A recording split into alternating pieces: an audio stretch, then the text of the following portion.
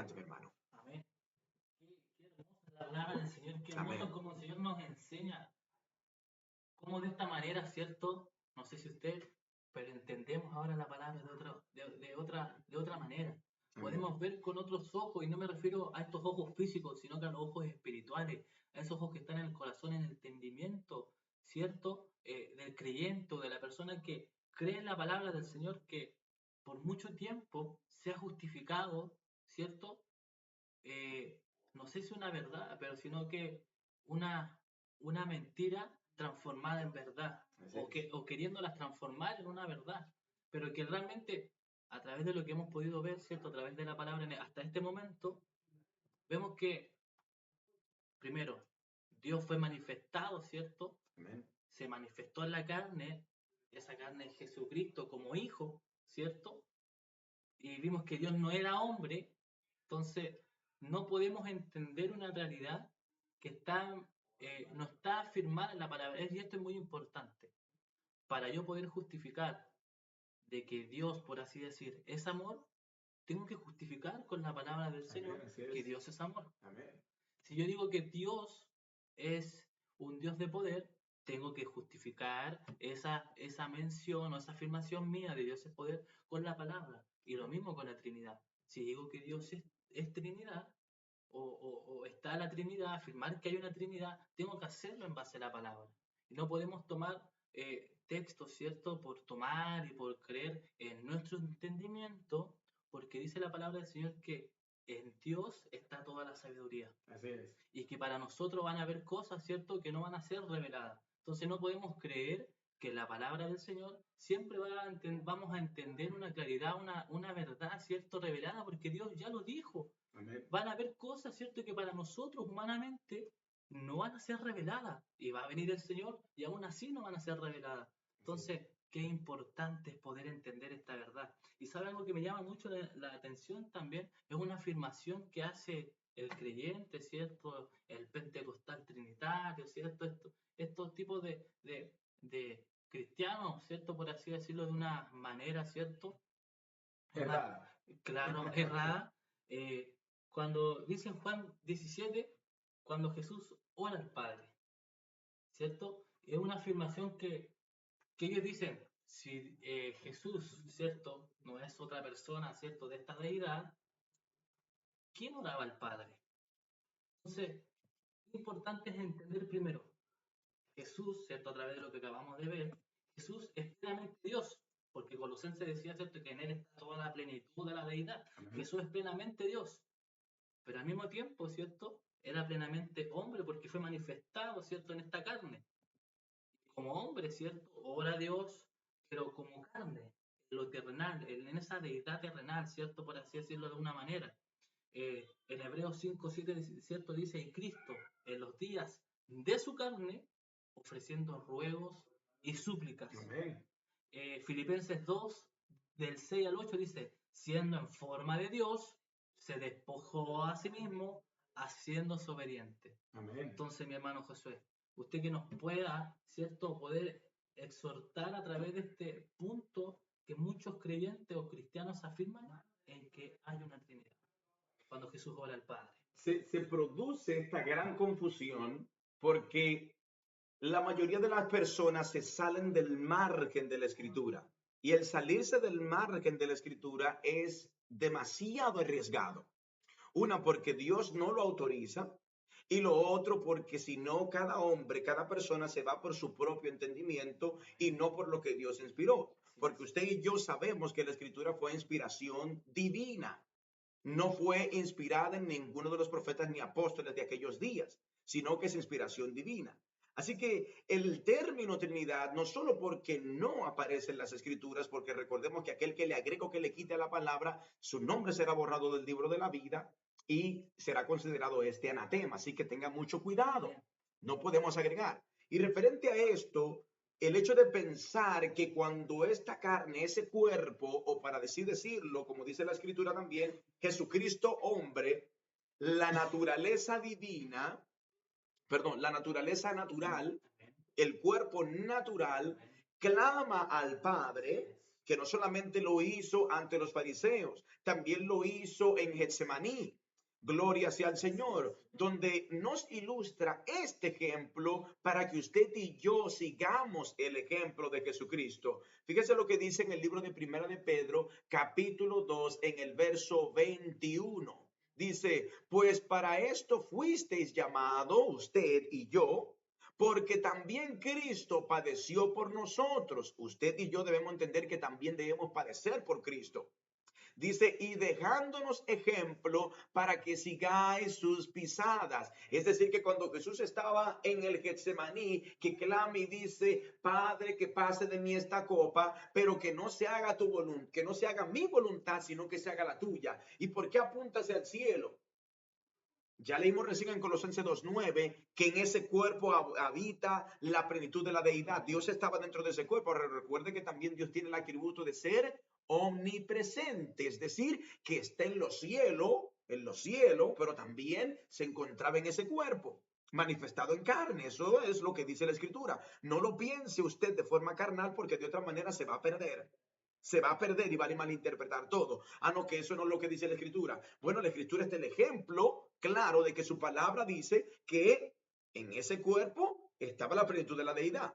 ¿Y cómo oraba al Padre? ¿Cómo oraba al Espíritu? Para que quedara como ejemplo de que la voluntad del Espíritu es la que se tiene que hacer y no la voluntad de la carne. Por eso que también cuando le hablaba a Pedro y le decía, ¿quién dice los demás que soy yo? Uno dice que eres Elías, otro dice que eres tal profeta. ¿Y ustedes quiénes dicen que soy? Vosotros, o sea, sois el Hijo de Dios la carne. Y cuando le dijo esto, no te lo reveló ni carne ni sangre, sino el Espíritu que mora en mí. Ese es el que da a revelar todas las cosas.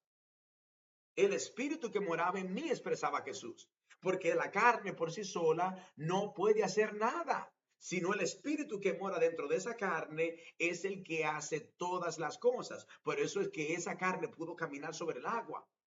Ningún ser humano podría caminar sobre el agua a menos que esté el agua congelado. Bueno, Pedro pudo porque Pedro creyó. Gloria al Señor. Pero el Espíritu de Dios estaba dentro de esa carne. Y por esa razón pudo hacer milagros, dar vista a los ciegos, hacer que caminara el paralítico, porque el Espíritu de Dios estaba dentro de esa carne. Nadie hizo jamás proezas tan grandes como la que hizo Jesús. Sin embargo, él dijo que vosotros, hablando a los apóstoles, ustedes harán proezas más grandes. ¿Cómo es esto? Si el Espíritu Eterno está dentro de esa carne. Si el Espíritu Eterno está dentro de esa carne, perdón, mis hermanos, si está el Espíritu Eterno dentro de esa carne, nadie puede hacer proezas más grandes que él. No hablaba el hecho de que iban a hacer algo más grande que el Espíritu, porque nadie podría hacer algo más grande que el Espíritu Eterno. Hablaba en comparación de la carne, porque obviamente la carne solamente vivió 33 años. Y obviamente las señales que iban a hacer los apóstoles después de él iban a ser mucho más. Imagínense, Jesús llegó a reunir hasta cuántas personas a una vez. La palabra describe que llegó a reunir 5,000 y tantas personas. Pero después de esto, Pedro y los otros apóstoles llegaron a reunir mucho más, 8,000, 10,000 y mucho más personas. Pero esa es más grande que la que hizo ¿qué? La carne, el cuerpo, esa parte humana. Cuando la palabra habla también de mediador entre Dios y los hombres, en el libro de Timoteo capítulo 2, en el verso 5 dice, porque hay un solo Dios. ¿Cuánto hay? Un solo Dios. Y cuando la palabra describe aquí un solo mediador, muchos entendieron con esto que había alguien clamando delante del Padre por mí. No. Un solo mediador entre Dios y los hombres y define Jesucristo hombre, la naturaleza humana. Ojo, escucha lo que dice. Jesucristo hombre, la naturaleza humana. ¿Por qué? Porque la naturaleza humana fue la que pudieron ver los apóstoles para ver su ejemplo y escribir de él. No vieron la naturaleza divina para poder hacer el ejemplo. Por eso Dios se manifiesta en carne para poder mostrar el ejemplo. Así se puede escribir de él. Y los demás veían lo que hacía Jesús y escribían de él. Los fariseos no solamente escuchaban lo que Jesús hablaba, sino que también veían sus acciones. Por eso él decía, si no me creen por las palabras que hablo, créanme por las acciones que he mostrado, donde mis acciones han mostrado que realmente yo vengo por aquel que me envió. Y cuando dice la carne fue enviada, esto lo podemos entender más claramente en dos textos bíblicos. Y búsquelo ahí conmigo. Primera de Juan, capítulo 3, verso 16. Primera de Juan, capítulo 3, verso 16. Y también Juan 3, 16. Un texto muy conocido. Pero vamos a leer primero Primera de Juan. Primera de Juan 3:16, y luego después vamos a saltar a Juan 3:16, ¿sí? Busque Primera de Juan 3:16, lo tiene el texto, como dice mi querido hermano. Dice la palabra del Señor Jesucristo. En esto hemos conocido el amor. Él puso su vida por nosotros. Escúchalo otra vez, repítalo otra vez. En esto, En esto hemos conocido el amor, en que Él puso su vida, su vida por nosotros. su vida por nosotros. Fíjese que cuando dice su vida no es porque Dios murió. Está hablando de Dios y no es porque Dios murió, porque Dios no muere, Dios es el Espíritu Eterno, es el Alfa y Omega. Cuando dice su vida, su posesión, su cuerpo, su hijo. ¿Y cómo lo entendemos esto? Juan 3:16, porque de tal manera amó. Vamos a volver a primera de Juan 3:16, vuelvo a leer, hermano Kevin. En esto hemos conocido El amor, y vuelvo a decir, porque de tal manera amó Dios al mundo. Dos textos que tienen una gran relación, pero aquí no dice vida, sino que dice hijo. Mire, porque de tal manera amó Dios al mundo que ha dado a su hijo. Lo que mencionó que el hermano fue su vida, porque el hijo es la vida. A través de la vida que es el hijo, conocemos el ejemplo del cual usted debemos también tener. La vida es el hijo, porque a través de esa conducta mostramos el ejemplo. Ah, no, hermano, eso no es lo que quiere decir, estoy tergiversando el texto. No. ¿Qué significa intermediario entre Dios y los hombres?